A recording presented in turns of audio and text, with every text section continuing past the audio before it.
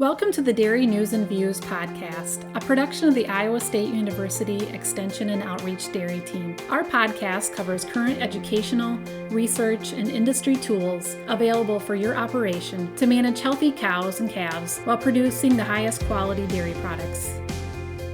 Hello, hola, and welcome to this episode of Spanish Friday with the Dairy News and Views podcast from the ISU Extension Dairy Team. I'm your host, Gail Carpenter, State Dairy Specialist with Iowa State. I'm joined for these discussions by Miguel Rangel. He's the owner of Optimum Dairy Consulting.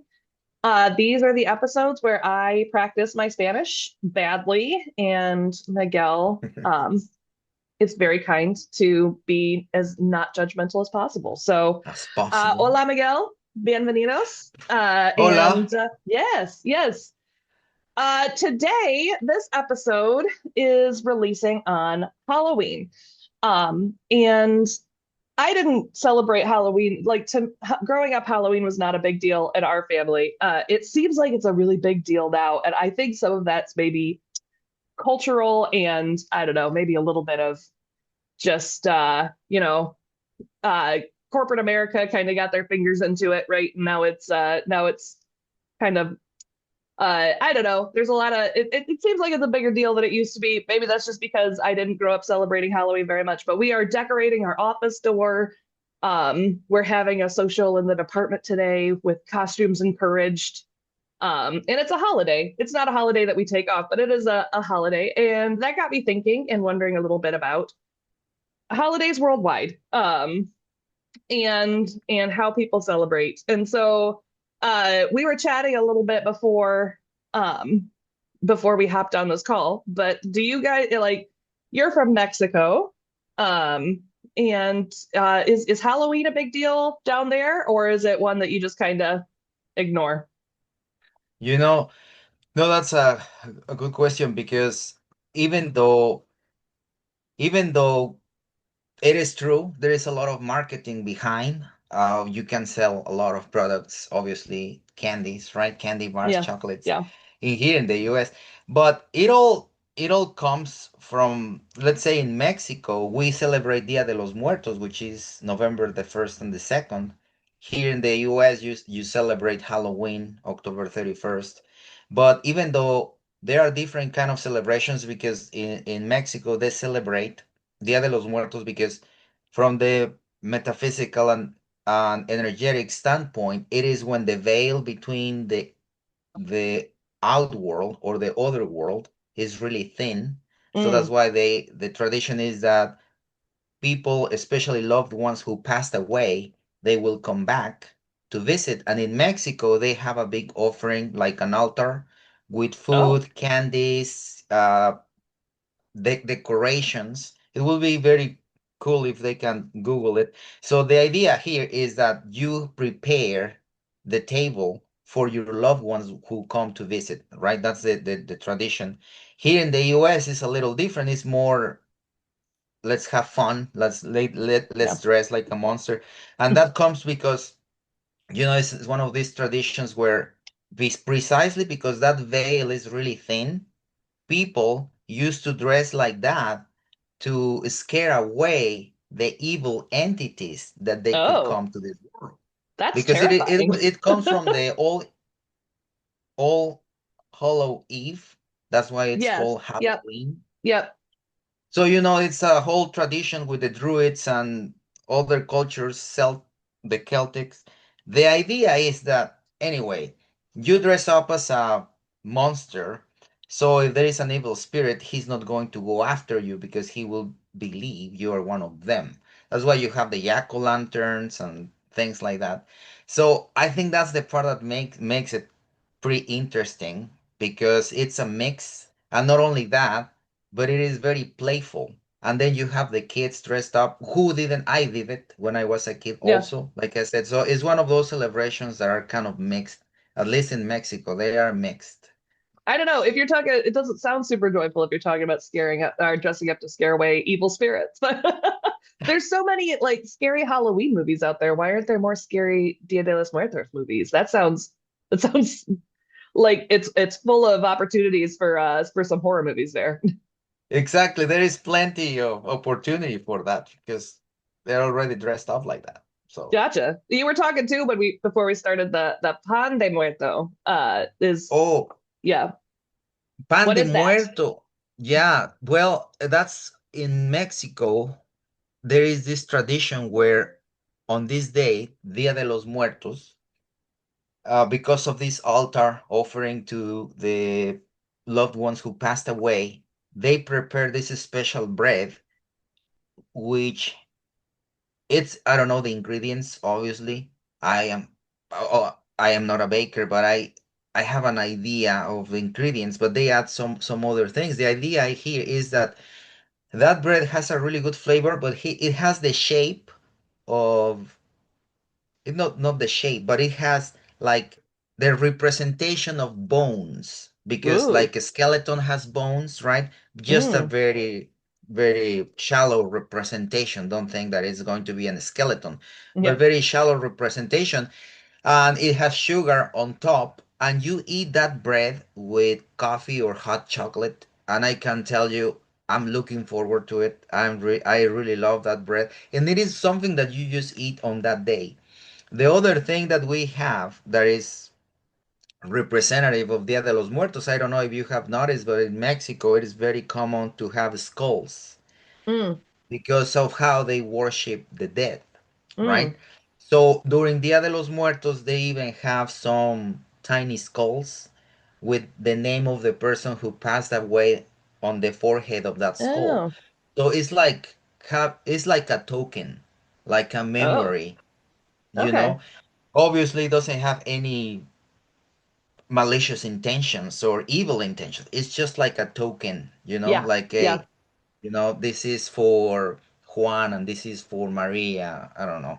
Yeah. So it is very nice and it's pretty popular. Yeah.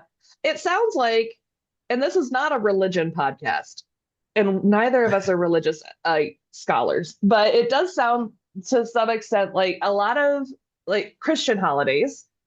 So Christmas, Easter, a lot of those, and you mentioned Halloween, All Hallows Eve.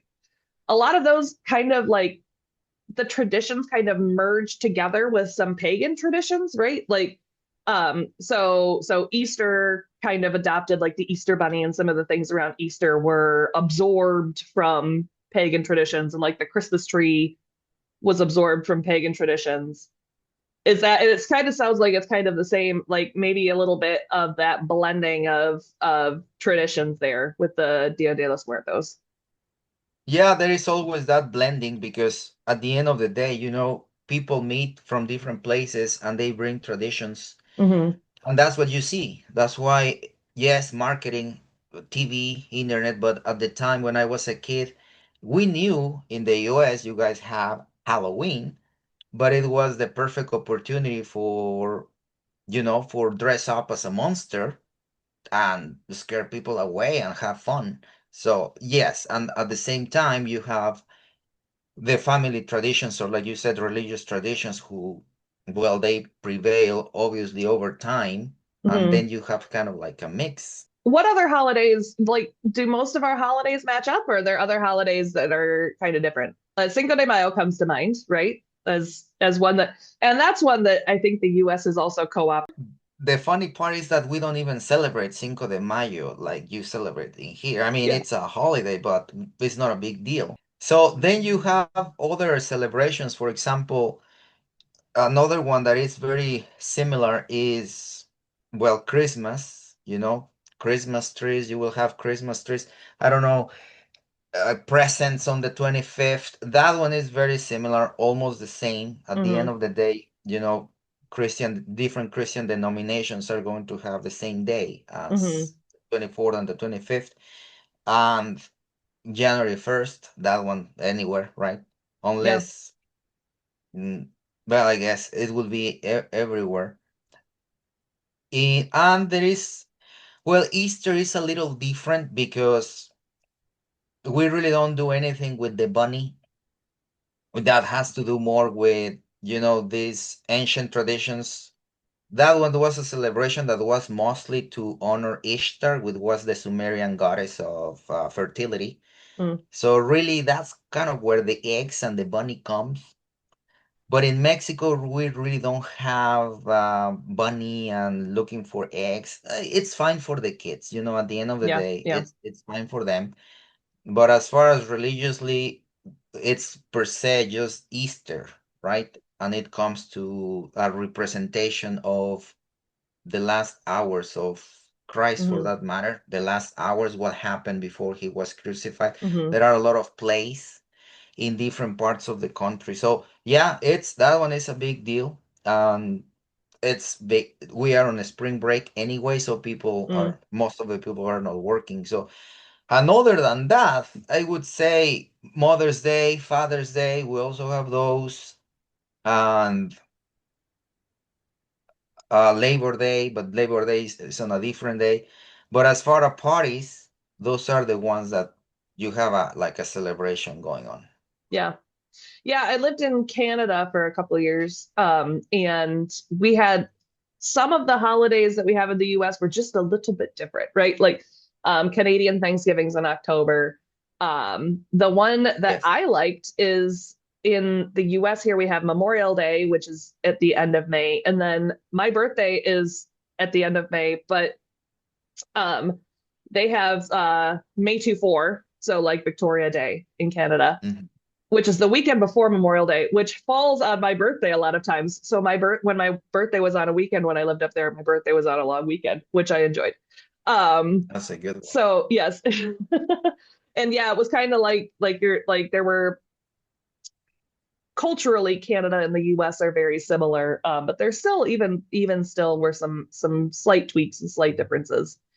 Mhm. Um, I personally, this is way off topic for this conversation, but I think that the Canadians have it right to have Thanksgiving earlier because the worst weeks of the semester are the ones when you get back from Thanksgiving break and before they leave for Christmas break. Like nobody is motivated anymore. The Yeah. days are too short. You're tired.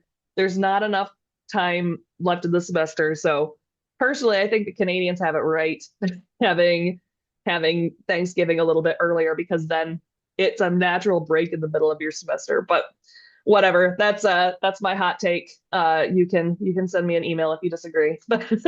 No, but it is good to know because those are things that as a teacher you need to know. And that is important because I know those weeks are really difficult when you are working on research or you are trying to get things wrapped up. People are not motivated because of all the festivities, Yeah. right? Yep. Yep. It is Yep. tough. Yeah, Yeah. I know. Um, and so you talked about Easter a little bit. What about the rest of the Easter season and like because the predominant religion in Mexico is that Catholicism or is that Yes.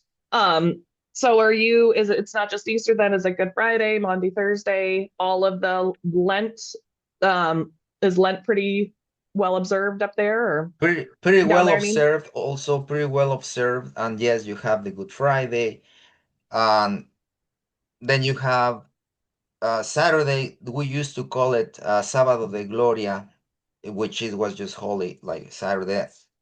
Now you have Sunday, which is, well, as usually is the resurrection, and there is a big mass or everywhere. I mean, all churches are packed because people are present.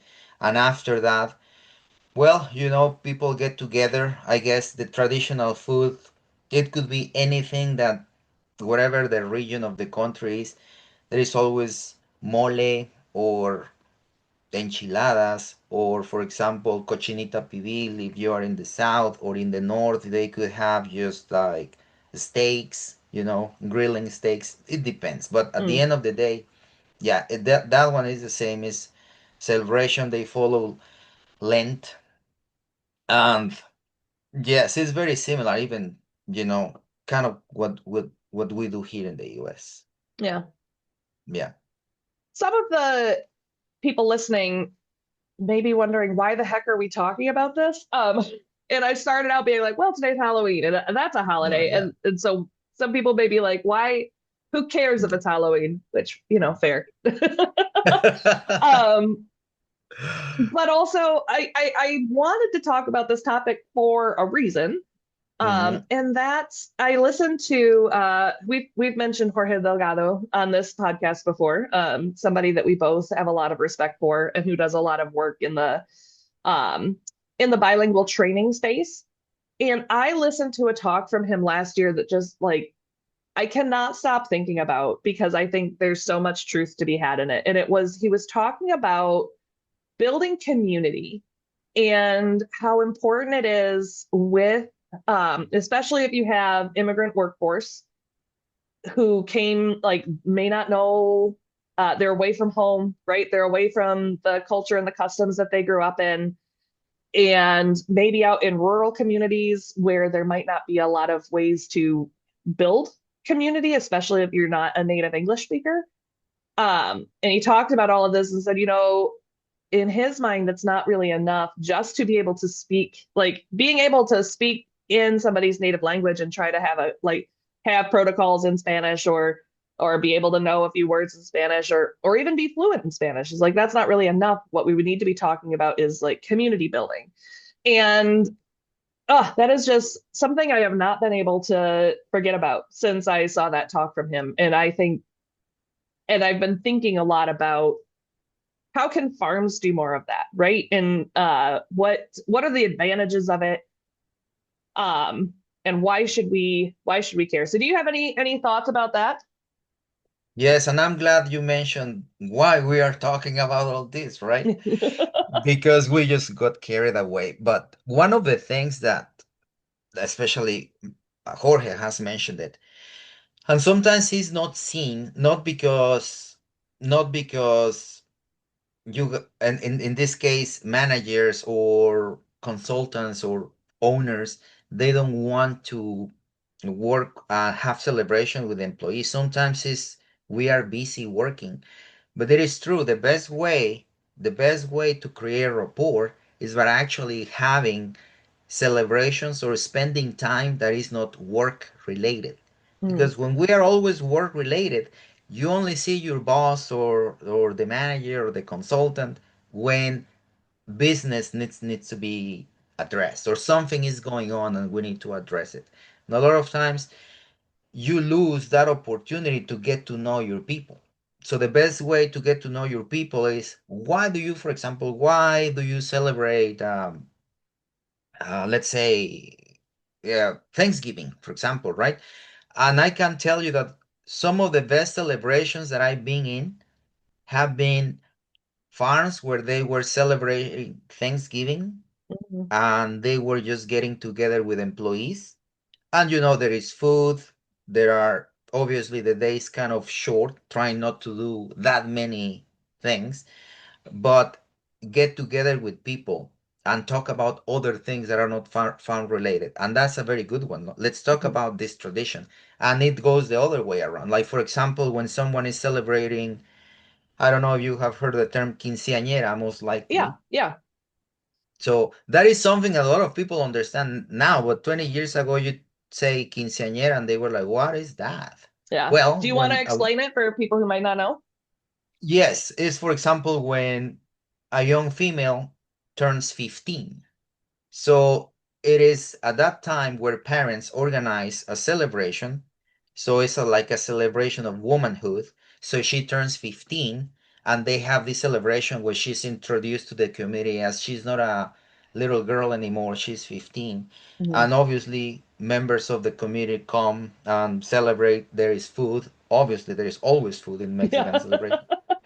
So now in the US that still happens, right? And it is really nice, really cool when someone tells you, hey, you are invited to this quinceañera celebration, and members of the farm, they come together and they have this celebration. And it's a very good way to partake in something that it's important, it's a tradition, and at the same time you get to know employees better, right? Yeah.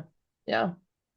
Have you seen some examples of farms that are doing a really good job with this? I know I can think of I visit a farm I visited last fall that I don't remember the details of it right now, but I was just really impressed. Like they had like a Christmas party, right? And you walked in and you saw like the signs for the Christmas party, the flyers that they had out, and I just remember being like, oh, this is really cool that they're pulling. And when I was talking to the producer too, they mentioned that they were pulling in all of the people into the celebration and really wanted to build those teams because we've talked about team meetings on here before and that communication and how important that is. Um, but yeah, like pulling people together for fun things too, I think is also So important. But yes, and the nice thing is, yes, I have seen or I have been part of those, and I can tell you that some employees, because of the language barrier, they may have a different time decoding mm, how the manager is, right? hmm Or the owner or other employees. But in one of these celebrations, you can see this leadership team or these supervisors on a different light. And that's when they realize they start, having a beer together or they sit next to each other and they start joking. And then they have this feeling of, okay, I didn't know my boss was so cool yeah, because he's always working, right? So right, so it's right, yeah, difficult for him to picture him doing something else. But after these celebrations, not only you have this different idea of how the people are, but you actually know that you only see one side. Now you are seeing this other side of how they are. And that helps a lot because even employees, they tell you, they have told me that, like, I thought my boss was like this and I was completely mistaken. I got to talk to him. I see him differently. yeah, And that's what you want. yeah, And one thing that I was gonna tell you, you don't have to have a celebration. Like sometimes you can just, because of, let's say we are done doing silage, a lot of farms do it. We are hmm done with silage. So let's have a celebration. Let's get together and let's have hamburgers or I don't know, something. So that also helps. It doesn't have to be a celebration per se. It could be something else. And the idea is to create this rapport yeah, between employees and management. yeah, yeah. Yeah. Um, Another farm that I'm thinking of that and I'm pretty sure Jorge had stepped foot on that farm before based on some of the signs I was seeing. But I in the break room they had everybody's birthdays. Like here are the Hmm. birthdays of the month that are coming up and like people's pictures and then the birthdays next to them. And they did a good job of like we're acknowledging birthdays in October or, celebrating birthdays in November or whatever it was. So that's another cool one that I've seen too. And I'm terrible at remembering people's birthdays, but having, when you have a workforce being like making sure you're intentionally recognizing like when those birthdays are happening and celebrating the people that are making the farm run. Hmm. Yes, that's another good one. Employees, they feel seen. Yes. Yes. Yes. Let's talk about a few phrases that we could potentially use for birthdays and celebrations and holidays. So the ones that I know, feliz cumpleaños, is that happy birthday? Feliz cumpleaños, sí. Yep. Those are Or the only ones I know. if for example, if it is a birthday or just any other celebration and you don't know what to say, but you just want to congratulate the Mhm. person, you can just say felicidades, Felicidades. felicidades. Yes. So you don't have to add anything, Christmas or birthday. No, no, no. Just felicidades. So I that's like all. that. So I don't have to say I can use that for end of silage season. I could use that for birthday. I could use that Fe- for we finished the shift. Felicidades is congratulations. Yes. Yes. So pretty much use it every time you want to congratulate someone for whatever Yes. reason. Okay. Okay. Somebody So graduated, another one, somebody's quinceanera, somebody's birthday, somebody's like a holiday. Yeah. Okay. exactly. So another one that it's pretty useful is when you are meeting with people, right? And let's say it's time to eat, but you don't know how to say it. So you can always say, vamos a comer. right? Vamos, let's go to eat. Vamos a comer. Vamos a comer. Let's go eat. Yes. I like that one. I feel like that one will come in handy. Yeah, like I said, because there is always food. Always good So food. Yes. always For good pan de food. muerto. Yeah. Oh, yeah, don't say that. What else? I mean, as far as get together celebration, there is one that it's important. When let's say you are the owner, the manager, and you tell someone they like I invite you to come, you Mhm. can say te invito, Oh, te what? invito, te Okay. invito. Invito. Oh, T you're invited. E Okay. yes, you are te invito. Or you can say estás invitado, you are invited.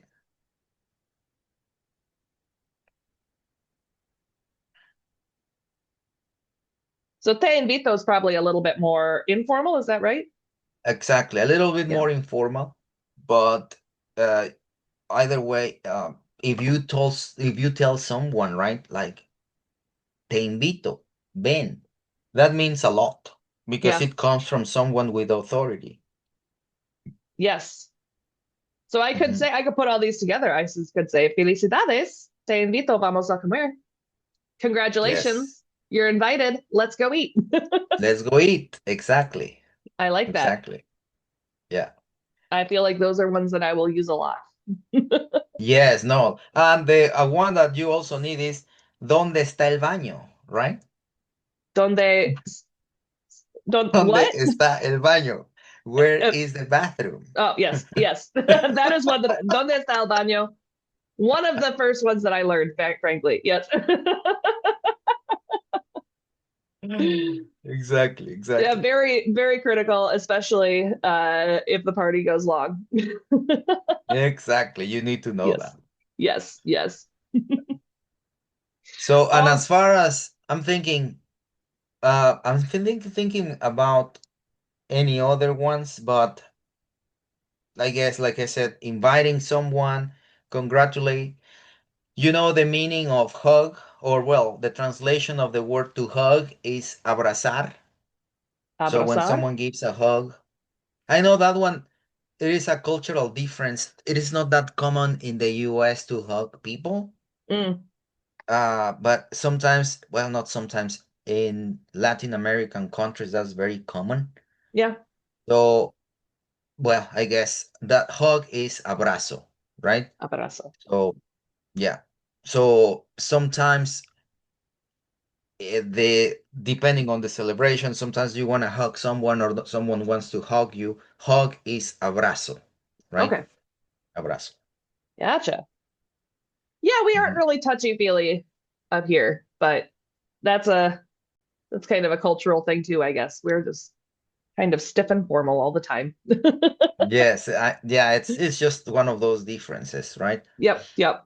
All right. Well, we are pretty close to our 20-minute mark on this. So I think well, I'm sure we'll come back to some of these concepts again, especially talking about different ways to build community and different things you can do to help build some of that community and social aspect with your workforce. But we can leave that as like a teaser for now. So I want to thank everybody for listening to this episode. If you'd like to learn more about what we do, you can check out my work with the Extension Dairy Team at extension.iastate.edu/dairy team. And Miguel's website for his business is optimumdairy.com. I haven't Mhm. said it in a while, so I have to look at my cheat sheet. Our listeners may not know that I use a lot of cheat sheets because I try to keep it cool. But nos vemos a la siguiente semana. See you next week. See you next week. Nos vemos. Yes. This institution is an equal opportunity provider. For the full non-discrimination statement or combination inquiries, go to www.extension.iastate.edu/diversity/ext.